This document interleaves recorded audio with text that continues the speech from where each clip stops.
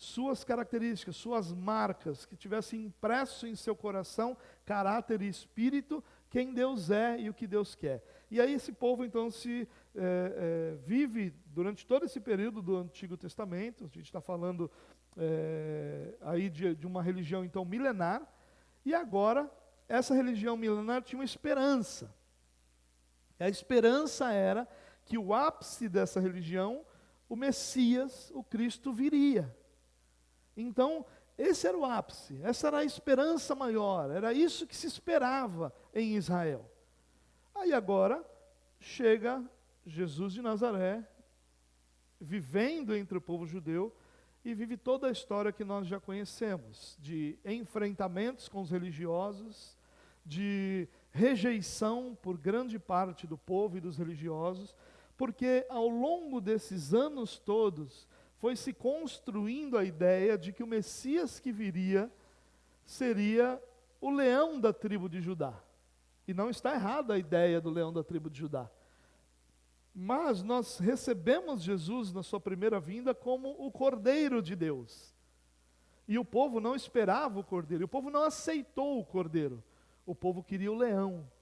O que o povo queria? Um líder de Israel que se levantasse contra o Império Romano, que dominava Israel na época, e desse um basta naquele governo, desse um basta naquilo que estava, que era a vida do povo de Deus, e que instaurasse imediatamente o reino eterno de Deus sobre a terra, a partir de Jerusalém, onde todos os judeus teriam privilégios espirituais que nenhuma outra nação teria. Essa era a esperança de Israel construída ao longo dos anos.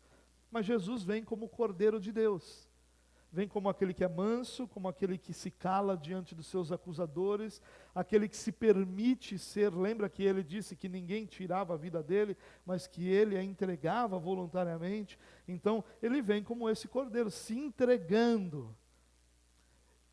Já temos um choque problemático. Nós temos um outro choque, que aí é ainda mais cultural, que era o fato de que pessoas que eram crucificadas eram consideradas bandidos da pior espécie. Ou, no mínimo, pessoas que deveriam servir de exemplo para que não cometessem aqueles determinados crimes que eram punidos com a crucificação. A crucificação era maldita. Uma pessoa crucificada, ela era considerada alguém debaixo de maldição.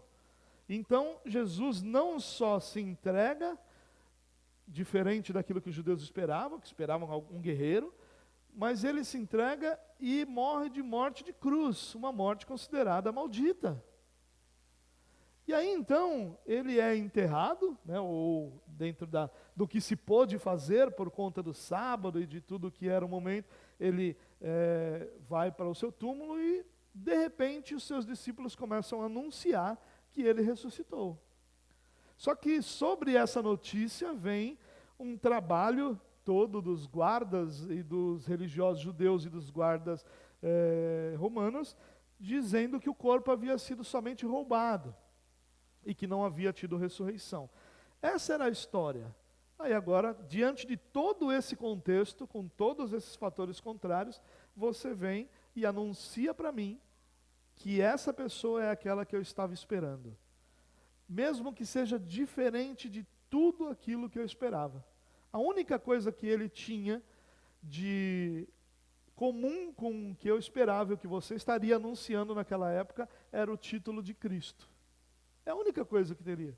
Eu estava esperando o Cristo ou o Messias, e você estava me anunciando o Cristo ou o Messias.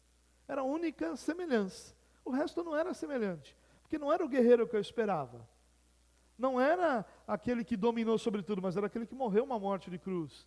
Não era aquele que nós poderíamos ver, conhecer, saber, mas alguém cujo corpo a gente não sabia se tinha sido roubado, mas alguns diziam que ele ressuscitou. Que coisa maluca, o camarada depois de 3 dias ressuscita. Então pare para pensar na dificuldade que era anunciar essa mensagem. Era uma dificuldade tremenda. Dentro do Império Romano, outros fatores ainda pioravam a situação, que era o fato de que o imperador era cultuado como Deus, era o fato da rejeição que existia das outras nações para com Israel, porque Israel sempre foi um povo exclusivista, sempre foi um povo que se considerou superior a outros povos por causa da sua condição de relacionamento com Deus, ou se não se considerava, pelo menos demonstrava muitas vezes, agiu dessa forma muitas vezes, ou seja, havia uma rejeição natural. Eram sempre os rebeldes, eram os judeus que estavam se rebelando contra aquilo que os romanos queriam fazer. A paz do reino sempre era perturbada por alguns poucos judeus que se diziam povo de Deus e que não se submeteriam nem se dobrariam a outros deuses. A gente vê isso ao longo de todo o Antigo Testamento também, não era só ali. Isso criou uma imagem de que aquele povo era um povo que a gente deveria rejeitar. E aí você, Filipe, vem até mim em Samaria, um samaritano que já tem um tremendo de um problema de entender religião, porque um samaritano hoje, ele é mais ou menos aquele camarada que acredita em tudo. No sentido ainda que dentro do evangelho, mas ele acredita em tudo. Ele não tem uma linha teológica muito clara, porque ele é aquele camarada cheio de dúvidas. Lembra da mulher samaritana?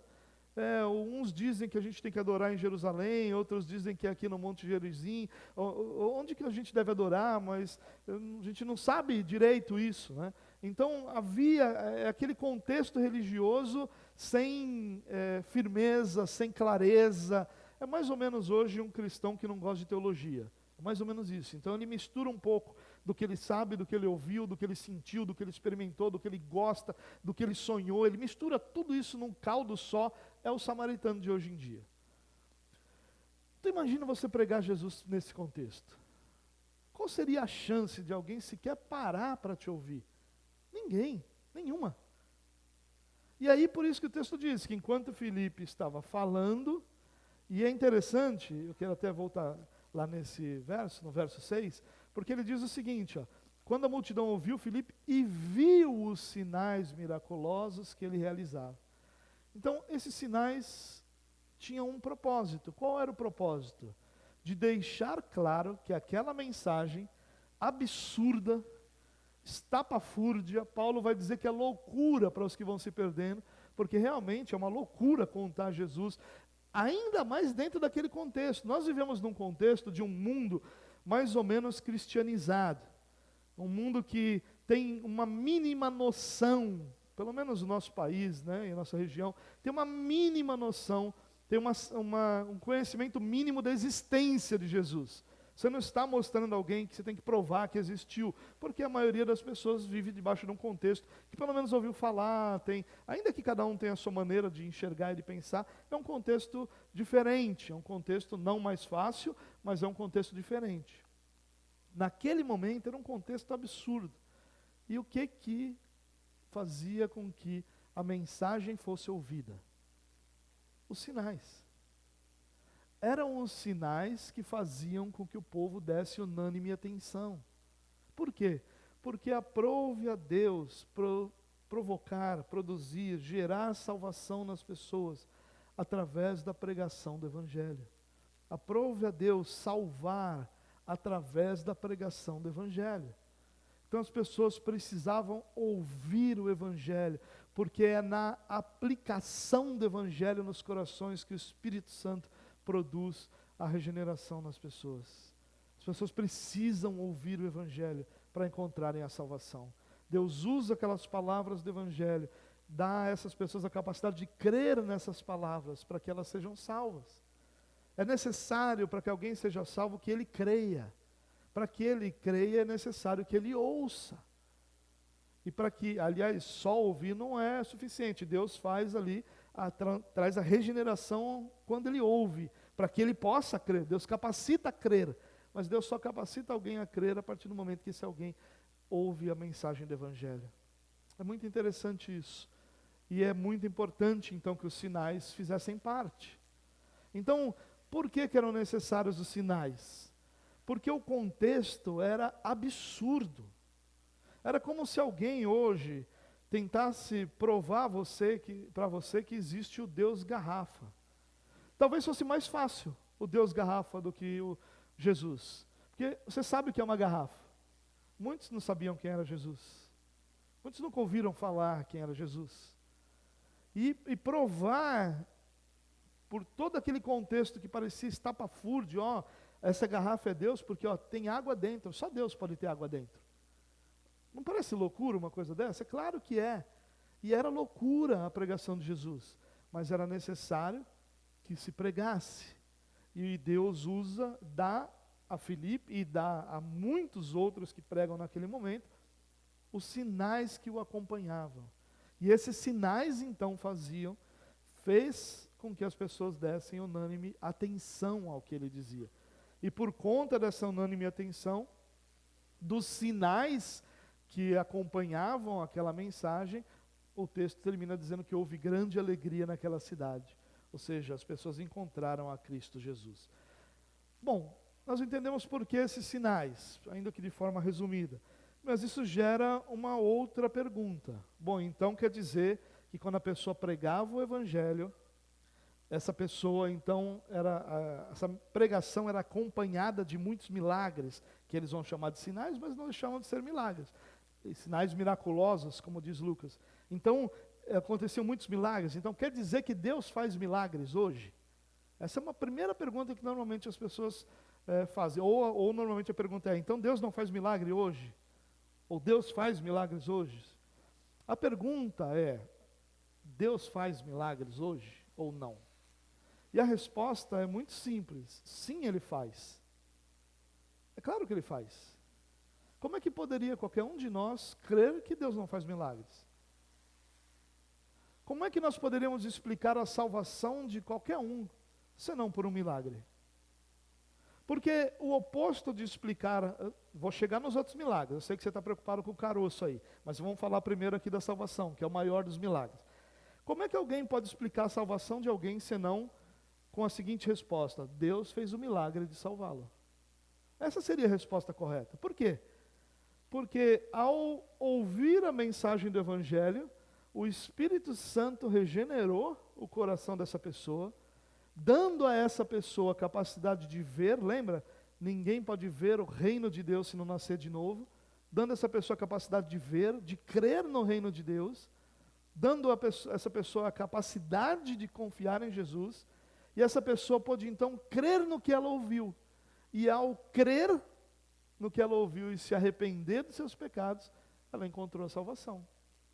Mas Deus teve que fazer o milagre, porque Paulo diz, aliás, repetindo o que o Antigo Testamento diz, Paulo vai dizer que não há ninguém que creia, não há nenhum justo, nenhum sequer, ninguém que busque a Deus, todos se tornaram conjuntamente inúteis.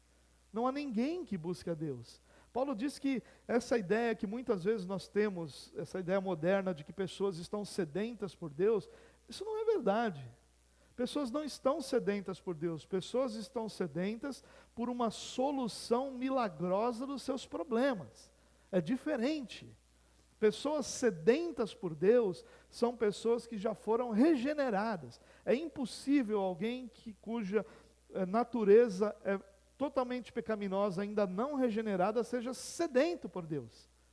E se em qualquer momento ele entender que precisa de um Deus, ele vai buscar um falso Deus, nunca o verdadeiro. Porque só pode ver o reino do Deus verdadeiro aquele que nasce de novo. Isso é algo muito importante para a gente pensar e entendermos. Então, Deus, o maior milagre que a gente pode ver hoje é a salvação. Ainda que a gente não considerasse o maior milagre, deveríamos, mas ainda que não fosse, o milagre que todos nós experimentamos, qual é? Deus nos salvou, Deus nos regenerou. Então é claro que Deus faz milagres. E outros milagres Deus faz também? É claro que faz. É claro que faz. Eu não sei você, mas todas as vezes que eu vou no velório, eu chego perto do caixão e falo assim: Senhor, levanta essa pessoa em nome de Jesus. Nunca levantou, mas se levantar, eu estou crendo.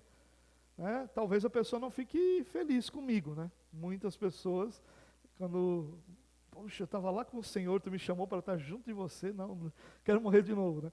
Mas a gente crê. Quando você está doente, ou quando você tem alguma pessoa doente, ou passando por uma dificuldade, o que você faz? Você ora pedindo que Deus faça o quê? Ou traga a cura, ou traga a transformação, ou faça um milagre. Como é que nós poderíamos dizer que Deus não faz milagre? É claro que Deus faz. Cada um de nós aqui tem testemunhos nessa área. É claro que nós cremos que Deus faz milagre, porque Deus é poderoso. Será que o Deus que criou os céus e a terra seria incapacitado de realizar milagres? Claro que não. Ele faz milagres, continua fazendo, sempre fez e sempre fará. Bom, então, por que os sinais não nos acompanham? Seria a terceira pergunta que nós poderíamos responder. Porque são duas coisas completamente diferentes. Os sinais que acompanham a pregação são uma realidade visível para quem está ouvindo de que aquela mensagem é verdadeira. Os milagres são uma ação de Deus para cumprir um propósito. Quando as duas coisas se juntaram, os milagres de Deus cumpriam o propósito de dar um sinal a quem estava ouvindo. Deu para entender? Os sinais servem para mostrar para quem está ouvindo que aquela mensagem é verdadeira. Os milagres servem para cumprir propósitos de Deus. Às vezes, nesse caso específico, os sinais eram os milagres que cumpriam o propósito de levar quem estava ouvindo a crer. Então, esses sinais nos acompanham hoje em dia? Essa é a mais importante pergunta. E a resposta é não. Deus sim continua fazendo milagre. Deus sim continua realizando milagres diariamente. Alguns que talvez a gente nem perceba. Alguns que talvez a gente nem tenha consciência. Mas Deus continua fazendo milagres. Deus continua respondendo às orações dos seus filhos. Deus continua se relacionando com seus filhos. Deus é um Deus poderoso, que ama, que cuida e que sustenta os seus filhos. E sendo nós quem somos, tudo isso que Deus faz pelos seus filhos sempre vai incluir milagres. Nem sempre o milagre vai ser aquele que a gente quer. Quando nós temos uma pessoa enferma, é claro que a gente quer a cura. Nem sempre essa cura acontece. Nem sempre as coisas acontecem do jeito que a gente quer, porque, de novo, os milagres têm como papel principal cumprir propósitos de Deus. E nem sempre aquilo que a gente está querendo vai cumprir o propósito que Deus quer cumprir em nós. Mas e os sinais então, gente? Por que os sinais não são os milagres hoje em dia? Por uma razão muito simples. Por que se precisou de sinais naquela época? Eles tinham a Bíblia? Não. Pelo menos não o Novo Testamento, que anuncia Jesus de forma clara. Até o final do Antigo Testamento, Jesus é uma sombra. Jesus é um anúncio. Jesus é uma esperança. O Novo Testamento apresenta o cumprimento dessa esperança. Jesus encarnou, Jesus viveu, Jesus morreu, ressuscitou. Seus ensinos são espalhados, sua igreja avança. Primeiro, não tinha a Bíblia. Então, onde estão ali as referências para que as pessoas pudessem comparar e saber se o que estava sendo anunciado era verdadeiro ou não? Não existiam. Então, os milagres provavam isso. Porque quem conseguia ter os milagres acompanhando, tinha uma mensagem que Deus estava provando. Segundo lugar, existia a igreja? Igreja existia, mas organizada como nós entendemos hoje? Não. A igreja passa a criar ou gerar novos pontos, a plantar novos pontos, a partir do momento que essa perseguição acontece e as pessoas são espalhadas a partir de Jerusalém. E aí muitos deles vão para vários lugares, tanto que Paulo, quando faz suas viagens missionárias, vai acabar encontrando um lugar ou outro onde já existia uma comunidade cristã que ninguém tinha plantado. Ela nasceu onde? Nasceu a partir dessa diáspora, nasceu a partir desse esparramar desse povo a partir de Jerusalém. Então, o que é o sinal hoje? Qual é o sinal hoje? O sinal hoje é a igreja. Esse é o sinal. Por que o sinal hoje é a igreja? Por duas razões muito claras. Primeiro, você vê milagres acompanhando todas as pregações do Evangelho? Se você não vê, tem alguma coisa errada, porque se fosse esse modelo. Né? Porque as pessoas às vezes dizem, não, mas é como era lá. Tá, mas cadê os sinais então? Onde estão esses milagres então? Não estão. É óbvio isso, ninguém pode dizer. Talvez você diga, porque a gente não tem a fé que eles tinham. Como assim a fé que eles tinham? Eles estavam cumprindo a missão, anunciar o Evangelho. É Deus que dava os sinais. Os sinais vinham porque Deus realizava esses sinais. Então, não é uma questão de fé. Quer dizer, então, que o milagre de Deus depende da minha fé. Eu manipulo Deus com a minha fé. Eu dirijo Deus com a minha fé. Se eu tiver uma fé suficiente, não importa o que Deus queira, vai acontecer? Claro que não, gente. Claro que não. Então, e segundo ponto. A partir do momento que a igreja se organiza, quando você quer saber se aquela mensagem é verdadeira, você deve olhar para quem? Para aqueles que estão vivendo aquela mensagem. Se você diz o seguinte para alguém, olha, eu vou na igreja, eu creio em Jesus Cristo, creia também, porque Jesus vai te abençoar, Jesus vai cuidar de você, Jesus vai mudar a sua vida.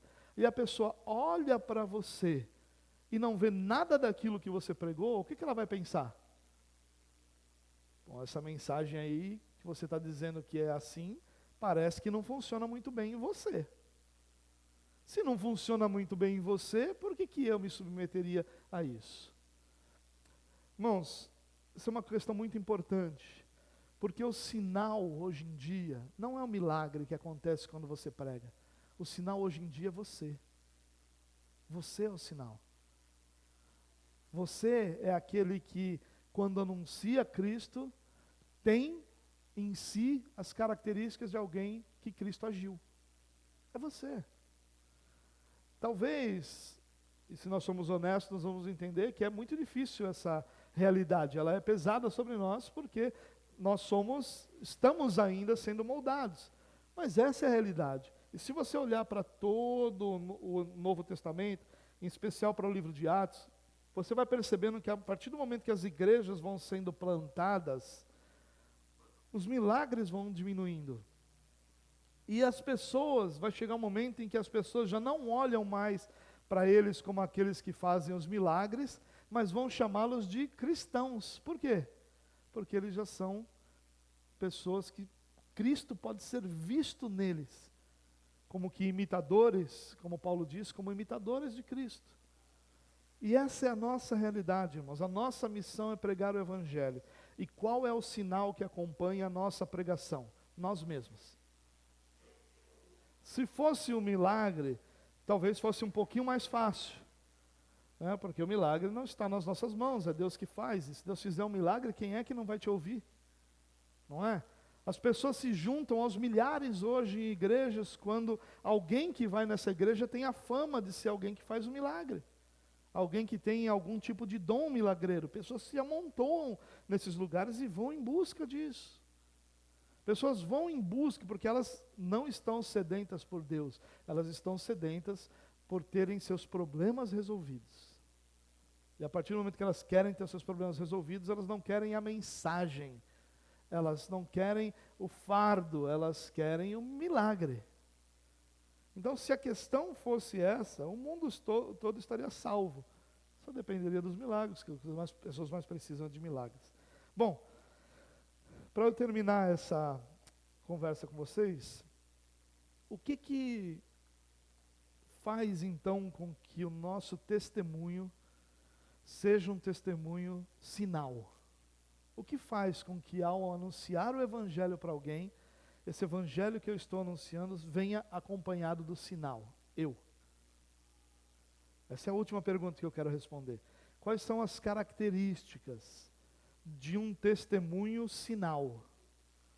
De alguém que é a mensagem e é ao mesmo tempo o sinal de que essa mensagem é verdadeira. Lembra que o sinal lá, o milagre, era para mostrar que a mensagem era verdadeira. Ah, então esse Jesus é poderoso mesmo? É, então me prova. Está o milagre ali. Olha o milagre ali. Olha o milagre ali. E se a pessoa fizer a mesma pergunta hoje, quer dizer então que essa mensagem do Evangelho é verdadeira? É. E então me prova. Está ali, olha a vida dele, olha a vida dele, olha a vida dela, olha a vida dela, olha como Jesus mudou essas vidas. Jesus é poderoso para mudar. Você vê como o nosso testemunho, tão desvalorizado em nossos dias, considerado algo tão secundário em nossos dias, considerado algo tão sem importância, não é assim, é extremamente valioso.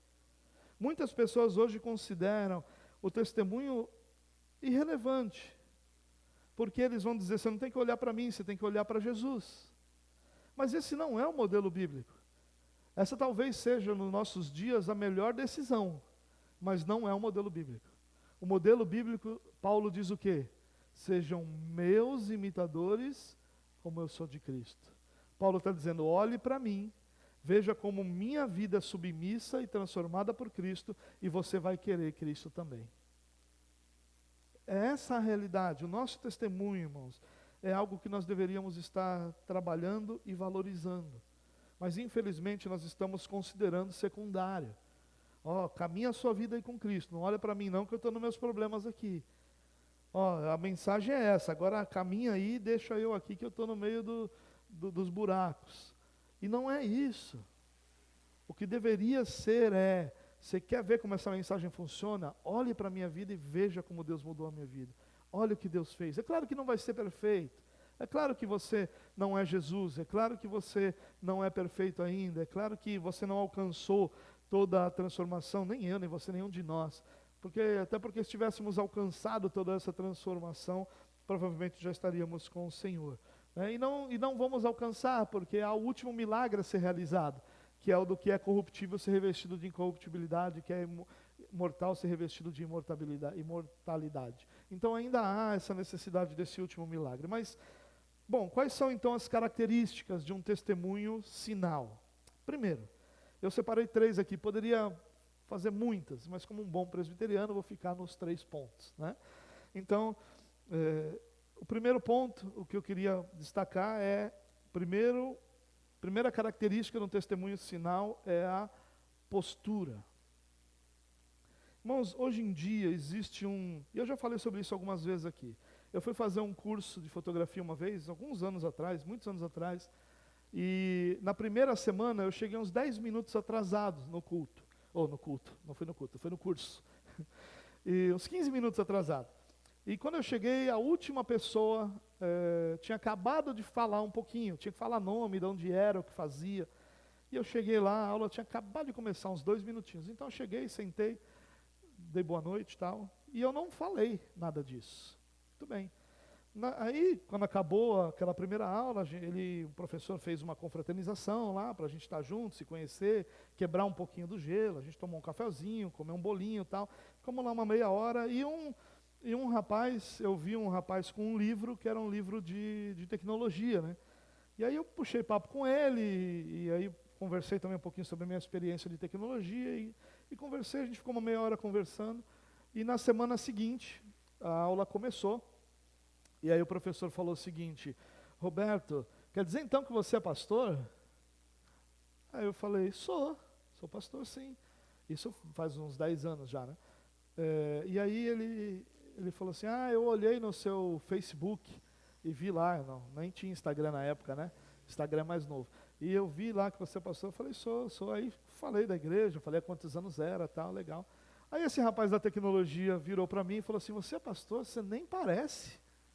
Né? E aí eu fui tentado a considerar aquilo um elogio. Porque eu pensei assim no primeiro momento, tá vendo aí, esses crentes são tudo tão chato. Eu sou aquele crente que não é chato, que conversa sobre outras coisas, que não fico só chamando os outros de varão. Eu sei falar mano. Né?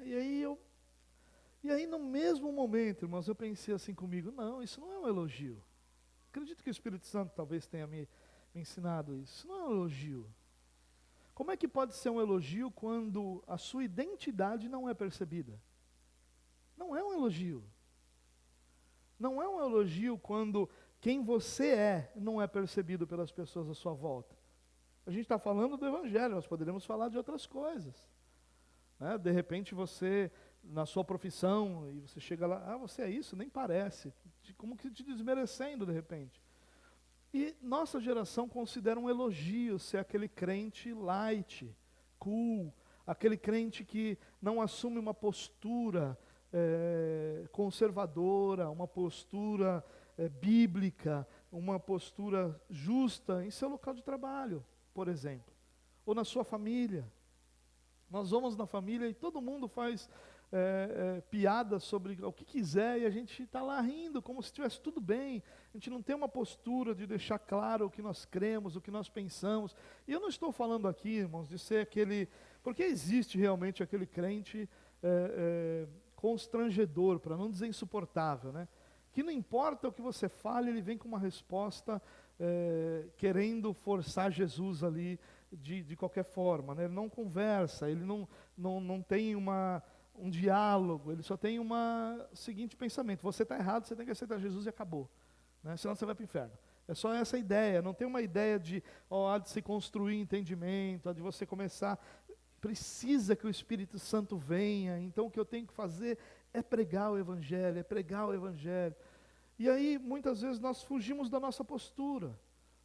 E aí a nossa postura vou dar um exemplo para você. No seu local de trabalho, tem um grupinho lá contando uma piada suja. Quando você chega, essa piada para ou ela continua? Porque se ela para, todo mundo entendeu quem você é. Mesmo que o pessoal nem goste, fica aí, chegou chato, vamos parar de piada. Oba, entenderam quem você é. Se ela não para, se ela continua, é porque quem você é não faz nenhuma diferença para as pessoas lá. Não impacta essas pessoas. Não, ele diz que é crente, mas ele participa da nossa rodinha, está tudo bem. Você está percebendo, irmão, como é que uma pessoa vai te ouvir sobre o Evangelho se a sua identidade não está clara? Se a pessoa não te percebe cristão, se a pessoa não te reconhece cristão, se a maneira como você se comporta não se identifica como a maneira que um cristão se comporta. E isso é uma coisa importante, irmãos, cheio de homens aí que parece que tem um problema no pescoço quando passa uma novinha, né? Parece que dá um negócio aqui no pescoço, tem que virar. Homens que no seu local de trabalho estão fazendo gracinhas sobre o que não deveriam fazer. Irmãos, às vezes eu fico pensando, como é que a gente vai lidar com aquele texto que diz que nenhuma palavra torpe deveria sair da nossa boca? Como é que Deus vai lidar com isso? Porque se for as veras mesmo, o negócio vai ficar feio para nós. Né? Os cristãos falando palavrão como se o palavrão fosse a coisa mais comum do mundo, fosse a postura que cabe num cristão, que encaixa dentro do coração cristão. A boca fala do que está cheio o coração, irmãos.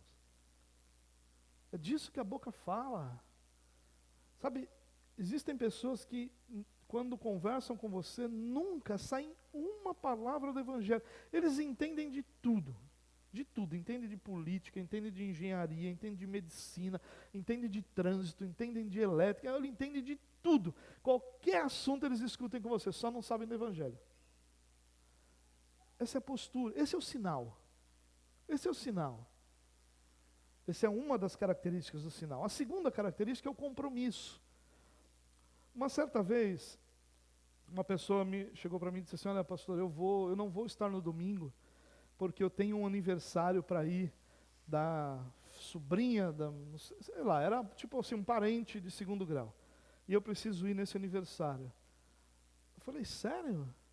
Você vai deixar de ir no culto para ir no aniversário da criança? Claro, pastor. Preciso demonstrar meu amor por minha família. Eu preciso demonstrar que essa pessoa é importante para mim, eu vou lá. Aí eu perguntei para ela o seguinte: e quando é que você vai demonstrar que Cristo é importante para você? Nos dias que você não tem nada para fazer? É nesse dia que Cristo é importante? Você já parou para pensar, irmão, que quando você deixa de participar do seu compromisso, do dia do Senhor, de cultuar o Senhor, você está enviando uma grande mensagem? Isso não é tão importante para mim. Não é. Porque não foi para a pessoa que fez o aniversário às 6 horas da tarde do domingo importante que você estivesse lá. Porque ela não pensou no horário que você tinha compromisso ou não. Porque ela não fez no horário de trabalho. Porque ninguém poderia estar lá por uma boa razão. Mas ninguém falta no trabalho para ir no aniversário do sobrinho. Mas nós faltamos ao culto, que deveria ser infinitamente superior ao nosso trabalho, para que nós sejamos vistos como alguém que não se importa com o Evangelho, porque essa é a mensagem que nós passamos. Nós estamos querendo anunciar que nós amamos essa pessoa, mas no fundo nós estamos anunciando que nós amamos essa pessoa mais do que nós amamos o Evangelho. Como é que nós queremos que alguém dedique a vida ao Evangelho, se essa é a nossa postura? Já parou para pensar nisso? Como é que eu posso dizer para a pessoa, olha, abandone sua vida e viva o Evangelho, porque não há nada mais importante? Peraí, como é que não há nada mais importante se você veio no aniversário? Ah, mas a pessoa não vai dizer isso. Não vai, mas é essa a mensagem que você passa. A mensagem do compromisso. Como é que eu posso imaginar uma esposa ganhando um marido não crente para Jesus, ou um marido ganhando uma esposa não crente para Jesus, se essa pessoa não tem compromisso nenhum com cultuar o seu Deus? Se a outra pessoa que vai ouvi-la não consegue pensar assim, olha, o Evangelho é muito importante para ela, ela não deixa de fazer nada pelo Evangelho. Já pensou o poder dessa mensagem? Que poderosa é essa mensagem quando a pessoa olha para você e diz assim, o Evangelho para ela é tudo. Esse Evangelho é importante. Esse Evangelho é valioso. Esse Evangelho é grande para essa pessoa. Isso faria com que ela desse atenção unânime para você na hora de você pregar o Evangelho. Mas como é que nós podemos pregar o Evangelho, irmão, se qualquer outra coisa nos afasta do cultuar ao Senhor, do nosso compromisso com o Senhor, do nosso compromisso com o reino de Deus? Porque, irmãos, pare para pensar, olha a minha situação como pastor. Se você não consegue vir domingo, você acha que eu tenho alguma expectativa que durante a semana você leia a Bíblia e ore? Um dia que você não tem que fazer nada, só sentar aí, você não consegue vir. Aí eu fico lá em casa iludido, olha, essa hora a minha igreja deve estar toda fazendo devocional, todo mundo orando. Acabou o dia, Senhor, olha, um dia inteiro, a igreja inteira orou, Senhor, coisa bonita. Você acha que é possível? Só sendo iludido, irmão. Só sendo romântico demais. Porque o compromisso do cristão, ele é visível em alguns aspectos e invisível em outros. Eu não sei quando você ora ou quando você faz seu devocional, mas eu sei quando você vem na igreja. E a única referência que eu consigo ter é o seu compromisso visível. A única referência que o seu parente não crente consegue ter é o seu compromisso visível. Como é que você pode dizer para alguém assim, não há nada melhor na minha vida do que o Evangelho. O Evangelho para mim é tudo. O desejo da minha vida é viver servindo o Evangelho. Mas você não coloca R$1 no reino de Deus. Como é que pode você dizer que isso é compromisso?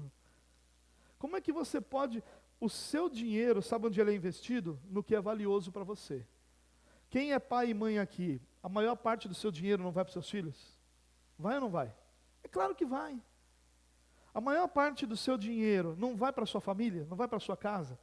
Que porcentagem do seu dinheiro vai pessoalmente para você, comparado com a porcentagem que vai para a sua família? Pequena.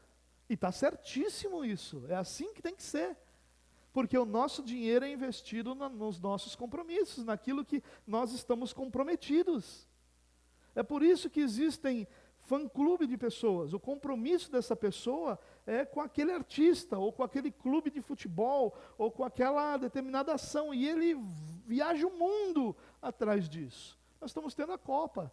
Tem pessoas que são tão comprometidas com o seu amor pelo futebol, que estão gastando aquilo que talvez a gente não ganhe num ano, para estarem lá 20, 30 dias na Copa do Mundo.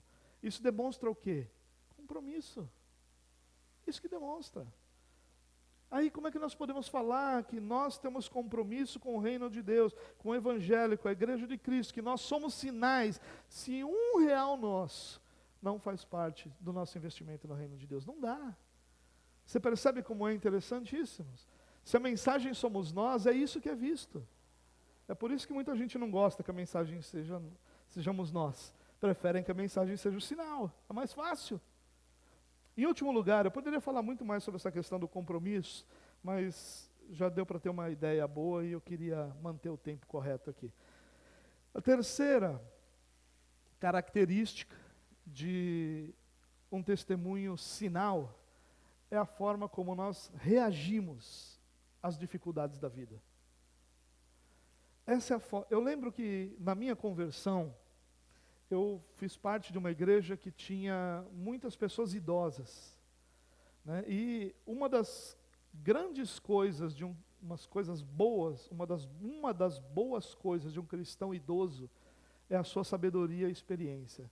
A grande maioria de cristãos idosos e com um longo tempo de evangelho, é que eles foram lapidados pelo Senhor e eles têm uma sabedoria ímpar.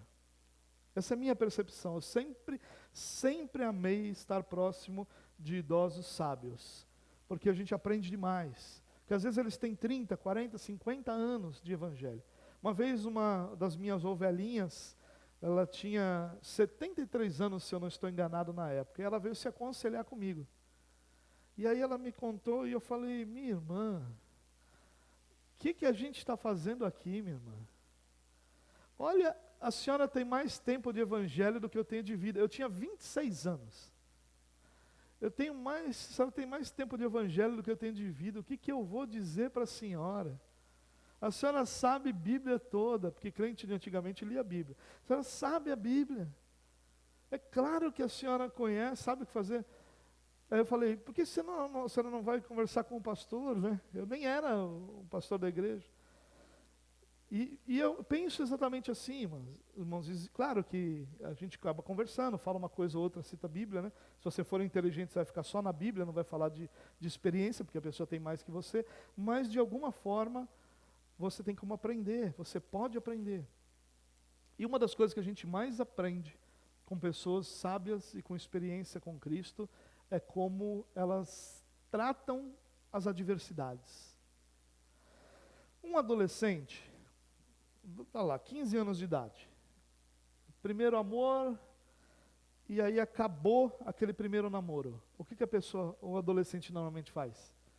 Ah, minha vida acabou, o que será de mim sem essa pessoa? Já viu adolescente assim? 13, 14 anos, se tranca no quarto e chora, porque de repente o menininho lá de 12, 13 anos, ou a menina de 12, 13 anos não está mais namorando com ela, com ele. Todos nós, ou grande parte de nós, passamos por isso, não foi? Aquela fase de primeiro amor e de primeira frustração. E aí, com o tempo vai passando, você vai entendendo que nem tudo é céu e inferno. Que nem tudo vai de um extremo para o outro. Que existem momentos que eles são difíceis, mas eles não vão acabar com a sua vida. Assim como as suas vitórias não vão te tornar o grandão. Tudo isso vai ser equilibrado, as dificuldades chegarão, elas vão doer, elas talvez demorem um pouco para passar, mas ao final elas vão deixar um legado de conhecimento, de experiência, de relacionamento com Deus. Então, é isso que nós precisamos, irmãos. Muitas vezes a nossa reação às nossas dificuldades é algo que é o pior testemunho que nós podemos ter. O pior testemunho. Porque são nas nossas dificuldades que a nossa reação precisa ser cristã.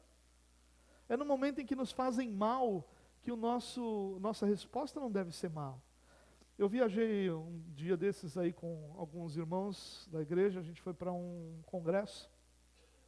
E aí eu sempre tive o costume, de onde quer que eu vá, se eu for em Itapema, eu trago uma lembrancinha para Karen. Eu sempre trouxe um chocolatinho, alguma coisa, e aí era o último dia, e eu falei, olha, na hora do almoço eu não vou almoçar com vocês, porque eu preciso comprar um presentinho para Karen. Eu preciso achar alguma coisa que eu goste também, né? Para que nós possamos aproveitar juntos. Normalmente eu trago chocolate, essas coisas, só para dizer que eu lembrei, né? E aí eu falei, vamos comigo? Vai comprar alguma coisa para sua esposa? Aí ele falou assim, não, ela não merece, né? Eu falei, olha, o que ela faz demonstra quem ela é. O que você faz demonstra quem você é. Você não tem que comprar um presentinho para ela porque ela merece. Você tem que comprar um presentinho para ela porque você fez uma aliança com ela de amá-la todos os dias da sua vida. E você deve satisfação a essa aliança. Não é obrigatório você comprar um presente, mas você está viajando, cara, uma semana longe de casa, longe das pessoas, com um monte de homem numa casa aqui, você não está lembrando da sua esposa todos os dias, não está com saudade dela? Tem alguma coisa errada com você. Ele, tá bom, vamos lá. Aí foi, enrolou, isso aqui é muito caro, que é aquela má vontade. No final das compras, comprou um presente. Mas é esse tipo de reação que eu estou dizendo, irmão. Qual é a sua reação quando seu marido ou a sua esposa erram? Será que é uma reação tão errada quanto a deles? Ou será que é a reação cristã? É uma dificuldade para nós. Para mim, como homem, isso é uma dificuldade, reagir de forma cristã. Algumas pessoas são mais calmas, outras pessoas reagem de forma mais exacerbada. No meu caso, talvez. A pessoa nem terminou a frase, eu já estou respondendo ali. Estou tentando melhorar, mas eu estou tentando há 47 anos. E vou continuar tentando até que funcione. Mas essa é uma preocupação que nós devemos ter. Qual é a nossa reação no meio das dificuldades? Qual é a reação que você tem quando falta dinheiro? É amaldiçoando tudo e todos? Ou é confiando no seu Senhor? Qual é a reação que você tem quando seus filhos ou seu cônjuge não são o que deveriam ser? É a de se voltar ao Senhor e dizer, Senhor, essa é a família que o Senhor me deu, a família que o Senhor me colocou nas mãos, a família que eu tenho que cuidar, muda essa situação. Ou é a de quebrar o pau lá como se não houvesse amanhã? Essa reação. E no nosso trabalho é a mesma coisa, irmãos. Quando alguém é promovido no seu lugar, qual é a sua reação? Qual é a sua reação às fofocas da empresa? Porque se tem um lugar onde fomenta fofoca, é o lugar de trabalho. Mas se fofoca sobre tudo. Todo local de trabalho é assim, ou grande parte dos locais de trabalho são assim. Qual é a sua participação nisso? Qual é a sua reação na fofoca? Sabe, irmãos, eu tenho uma das coisas que eu já consegui aprender, não aprendi um monte de coisa, não estou querendo ser referência aqui para ninguém, eu só estou querendo dizer, mostrar que a gente pode, confiando no Senhor, ser transformado por Ele. Não na nossa força, mas nele. Uma das coisas que eu aprendi muito cedo é que quando a fofoca é contada, a coisa fica feia. Então eu sempre tentei fazer o seguinte, quando alguém me conta uma história, uma fofoca de alguém, normalmente ela morre em mim. E eu já tive pessoas nas igrejas que eu pastoreei, que morriam de raiva de mim por causa disso. Mas pastor, eu te contei uma coisa, você não fez nada. Eu não fiz. Você me contou, eu recebi a mensagem, muito obrigado. Acabou. Você não vai fazer nada? Eu não. Fazer o quê? Ah, mas você está sabendo de tal coisa? Sim. Eu sempre disse o seguinte, se eu posso fazer alguma coisa por aquilo, me conte. Se eu não posso fazer alguma coisa por aquilo, e ainda assim você quiser me contar, saiba que vai morrer ali. Esse é um ponto, existem muitos outros, eu poderia dar exemplo de um monte de ponto ruim meu. Nós temos isso, mas o testemunho, sinal, ele reage à vida de forma bíblica. Ele reage à vida com o Evangelho. Ele reage à vida como cristão. E nós precisamos começar a olhar para essas coisas. Porque quando nós, talvez eu falando algumas coisas que você se identificou e disse, isso sou eu. Não é porque você quer ser assim muitas vezes. É porque na maioria das vezes, essas coisas que eu citei são automáticas. A gente nem presta atenção nisso. Nem presta atenção. A gente nem, às vezes você tem 2, 3 grupos conversando com você, um falando do outro, você fica no centro desse negócio, e aí você fala, e agora? Quando um fala, será que eu faço um comentário sobre o que o outro falou? É natural, é normal. É normal nós queremos amar alguém e ir no aniversário. Também não estou dizendo que o crente nunca pode não vir no culto, não é isso que eu estou dizendo. Não. O que eu estou dizendo é que nós devemos nos preocupar com a mensagem que nós passamos junto com o evangelho que nós anunciamos. Se essa mensagem somos nós, ele precisa ser um sinal que produza transformação, libertação, cura, alegria na cidade, como aqueles sinais produziam. Porque o Espírito Santo habita em nós. Então o mesmo poder que havia naqueles sinais, existe sobre a nossa vida, quando nós anunciamos o Evangelho. Que Deus possa nos abençoar, irmãos, a a amar a nossa missão. E assim como qualquer missão que nós temos, nós nos preparamos para ela. Se você quer ter uma profissão, você vai se preparar para essa profissão. Se você quer casar, você vai se preparar para o casamento. O que quer que seja que você queira fazer, você vai precisar de alguma preparação para isso. E para que a gente cumpra a nossa missão, nós precisamos começar a olhar para os detalhes dela. E um dos detalhes é esse: nós fomos chamados para ser o testemunho, sinal para essas pessoas que estão ao nosso redor. Vamos orar? Pai, nós te louvamos pelo privilégio que temos de recebermos do Senhor a missão de proclamar o Evangelho. Nós reconhecemos que todo o efeito que nossa proclamação tem depende exclusivamente da ação do Teu Espírito Santo sobre nossa vida, sobre cada um de nós, sobre aqueles que ouvem a Tua palavra. Mas nós também temos consciência de que nenhuma mensagem é anunciada sem que sinais a acompanhem. No início da história da Tua igreja, até que a igreja fosse organizada, nós tínhamos os milagres como sinais. Hoje, o maior milagre como sinal é o que o Senhor já fez na nossa vida. É o que o Senhor já trabalhou em nós, é o que o Senhor já realizou em nossas vidas. Por isso a nossa oração, Deus, é que o Senhor nos ajude a sermos testemunhas do Teu Evangelho e que nossa vida seja sinal da eficácia, do poder, da verdade do Teu Evangelho em nossas vidas. Nos ajude, Deus, para a glória do Senhor, Pai. Amém. Amém. Amém, irmãos. Nós vamos